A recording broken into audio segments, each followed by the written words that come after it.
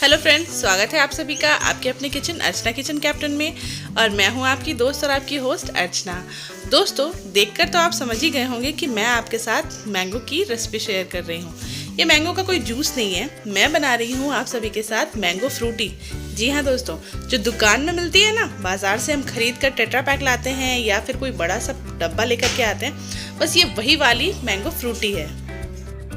इस mango Frooti को बनाना बहुत ही आसान है, बस कुछ ही मिनटों में आप इसे घर पर बना सकते हैं। इसे बनाने के लिए बहुत ज़्यादा चीज़ की ज़रूरत भी नहीं है और साथ ही साथ इसे बनाकर आप महीनों तक फ्रिज में सेव करके रख भी सकते हैं और ये महीनों तक आराम से चली जाती है, बिल्कुल ख़राब होने का कोई टेंशन नहीं होता है। तो बिल्कुल दुकान की जैसी, बाजार के जैसे मैंगो फ्रूटी बनाने के लिए मैंने यहाँ पे लिए हैं 2 पके हुए आम, बिल्कुल पके हुए हैं, और साथ ही ले लिया है मैंने 1 कच्चा आम, जो कैरी होती है ना वो वाली। अब इस दोनों को अच्छी तरीके से वॉश कर लेंगे और वॉश करके अब हम इसे कट करेंगे। तो मैंने यहाँ पे आम को पहले दोनों साइड से कट किया और फिर उसके स्लाइस अच्छे से निकाल लिए। अब जैसा भी आपको मन हो, आप पहले इसके ऊपर का छिलका हटा लें और फिर इसके पल्प निकाल लें, या फिर जिस तरह से मैं कट कर रही हूँ इस तरह से कट करें। जैसा भी आपको आसान लगे, बस इसके सारे पल्प को निकाल लीजिएगा। पहले हम क्या करेंगे, पके हुए आम को सारे अच्छे तरीके से निकाल कर प्लेट में रख लेंगे और फिर बाद में हम कच्चे आम को भी बिल्कुल उसी तरीके से टुकड़े में, छोटे छोटे टुकड़ों में कट कर लेंगे।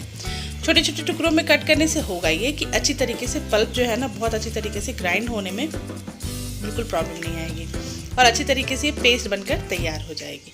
तो यहाँ देखिए, मैंने यहाँ पे पके हुए आम और कच्चे आम यानी कि कैरी, दोनों को ही मैंने बिल्कुल कट कर लिया है छोटे छोटे टुकड़ों में।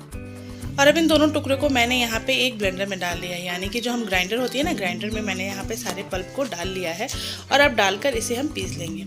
पके हुए और कच्चे दोनों आम को हमने एक साथ ही पीसना है। आप अलग अलग चाहें तो पीस सकते हैं, पर मैंने इसे एक साथ ही पीसा है। और इसके साथ ही मैं यहाँ डाल रही हूँ आधी कटोरी चीनी। आप अपने टेस्ट के हिसाब से या फिर जैसा आपका आम का टेस्ट है उस हिसाब से चीनी डाल लीजिए और अब इसे पीस कर बिल्कुल प्योरी तैयार कर लीजिए। तो देखिए, प्योरी बिल्कुल परफेक्ट बनकर तैयार हो गई है। अब यहाँ एक और चीज़ करना है कि हमें कोई भी स्लीव ले लेनी है या फिर छलनी जो होती है ना वो ले लेनी है और इस सारे प्योरी को हमें अच्छी तरीके से इसमें से छान लेना है।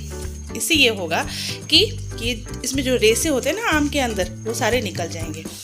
अब अगर आपको मैंगो स्क्वैश बनाना है तो उसके लिए आपको छानने की ज़रूरत बिल्कुल भी नहीं है। आप इसी तरीके से इसे थोड़ा सा पका लें और पका कर फिर आप इसे डब्बे में रख सकते हैं। लेकिन क्योंकि हमें फ्रूटी बनानी है और हम जब भी फ्रूटी पीते हैं ना, तो उसमें बिल्कुल भी कोई आम का रेसा नहीं होता है, तो उसके लिए हमें इसे छानना बहुत ज़रूरी है। आप देखिएगा, छानने के बाद बिल्कुल पूरी तरीके से जब हम छान लेंगे ना, तो लास्ट में जो आम के रेसे होते हैं वो छलनी में बच जाएगी। ये देखिए, पूरी आम मैंने छान ली है और अब बिल्कुल लास्ट में यहाँ पे जो ये रेसे बचे हैं ना, इस रेसे को हमें बिल्कुल भी यूज़ नहीं करना है। अगेन मैं बता रही हूँ, अगर आपको स्क्वैश बनाना है तो आप इस रेसे के साथ ही आम को पका लीजिए, लेकिन फ्रूटी बनानी है तो इस रेसे को छानकर हम अलग कर लेंगे। इस रेसे से बिल्कुल अच्छा टेस्ट नहीं आता है। अब सारे पल्प को छानने के बाद मैंने यहाँ पे इसे गैस पर चढ़ा लिया है। अब हमें इसे पकाना है। अभी आप देख रहे हैं ये बिल्कुल ऐसी लग रही है जैसे बिल्कुल बिखरी बिखरी हुई लग रही है, लेकिन जैसे जैसे इसे हम पकाएंगे ना, इसके अंदर एक बहुत अच्छा सा ग्लेज आता जाएगा, बहुत अच्छा एक चमक आता जाएगा और साथ ही जो है ना, बबल्स जो होते हैं ना, वो बहुत बड़े बड़े बबल्स आने लगेंगे।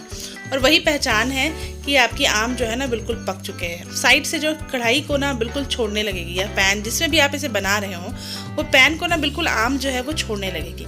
अब इसे हमें बहुत अच्छी तरीके से पकाना है और जब ये थोड़ी सी गाढ़ी होने लगे, या फिर कैसे चेक करेंगे, अगर किसी स्पैचुला से, चम्मच से आप इसे जब उठाएंगे ना, तो इसके ऊपर एक लेयर सी आ जाएगी, तब तक हमें इसे पका लेना है। अब यहाँ एक टिप दूंगी, अगर आपको इसे फ्रिज में रखना है, क्योंकि इतनी गाढ़ी तो फ्रूटी होती नहीं है, इसे हम अगर चाहें तो बॉटल में बंद करके रख सकते हैं। तो इसका लाइफ बढ़ाने के लिए हमने यहाँ पर डाला है आधी चम्मच विनेगर। जो वाइट विनेगर होती है ना, जो हम कुकिंग में इस्तेमाल करते हैं, बस वही वाली विनेगर यहाँ पे चाहिए। और उसे आप अगर चाहें तो विनेगर की जगह पे नींबू का भी इस्तेमाल कर सकते हैं। बस नींबू के पल्प को बिल्कुल छान कर यूज़ कीजिएगा, कोई रेसा नहीं होना चाहिए। और अच्छी तरीके से इसे पका लेंगे और पकाने के बाद इसे किसी भी बॉटल में पैक करके रख सकते हैं। आप अगर इसका लाइफ बढ़ाना चाहते हैं तो बॉटल को अच्छी तरीके से धोकर और फिर इसे धूप में रखकर सुखाकर फिर इसमें रखिएगा, तो इसकी सेल्फ लाइफ जो है बढ़ जाती है। अब आप देख सकते हैं कि यहाँ पर इसकी बबल्स कितने अच्छे आ रहे हैं और ये साइड से कढ़ाई को इसने छोड़ दिया है और बिल्कुल गाढ़ी सी हो गई है, ऐसी लग रही है जैसे कोई जैम है ये। तो बस इतना ही हमें पकाना है, इससे ज़्यादा बिल्कुल नहीं पकाएंगे।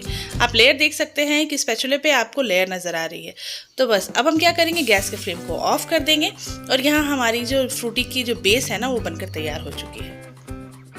अब जो यहाँ हमने मैंगो फ्रूटी की बेस बनाई थी उसे किसी दूसरे बर्तन में निकाल लेंगे और इसे पूरी तरीके से ठंडा कर लेंगे। अभी ये काफ़ी गर्म है तो इसमें कोई स्वाद हमें फील ही नहीं होगा।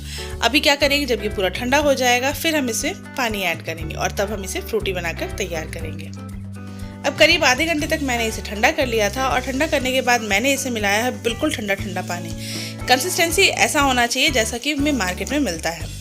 अब ध्यान रखेंगे कि मैंने यहाँ अपने हिसाब से जितनी गाढ़ी मेरी जो बेस थी ना उस हिसाब से पानी ऐड किया है। 1 लीटर पानी ऐड किया था मैंने।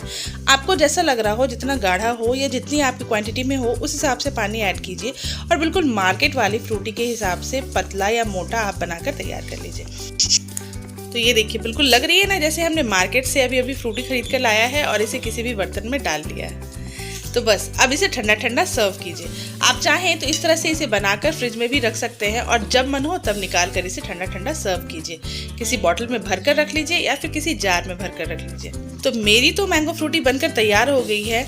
और मैंगो का सीज़न हो और घर पर मैंगो फ्रूटी ना बनाएं ऐसा तो हो ही नहीं सकता। तो ज़रूर बनाइए और कैसी लगी आपको रेसिपी मुझे ज़रूर बताइएगा। अगर रेसिपी अच्छी लगी हो तो मुझे नीचे कमेंट सेक्शन में कमेंट करके ज़रूर बताइएगा। मैंगो फ्रूटी को आइस क्यूब के साथ पीने का मज़ा ही अलग है, तो ज़रूर ट्राई कीजिएगा।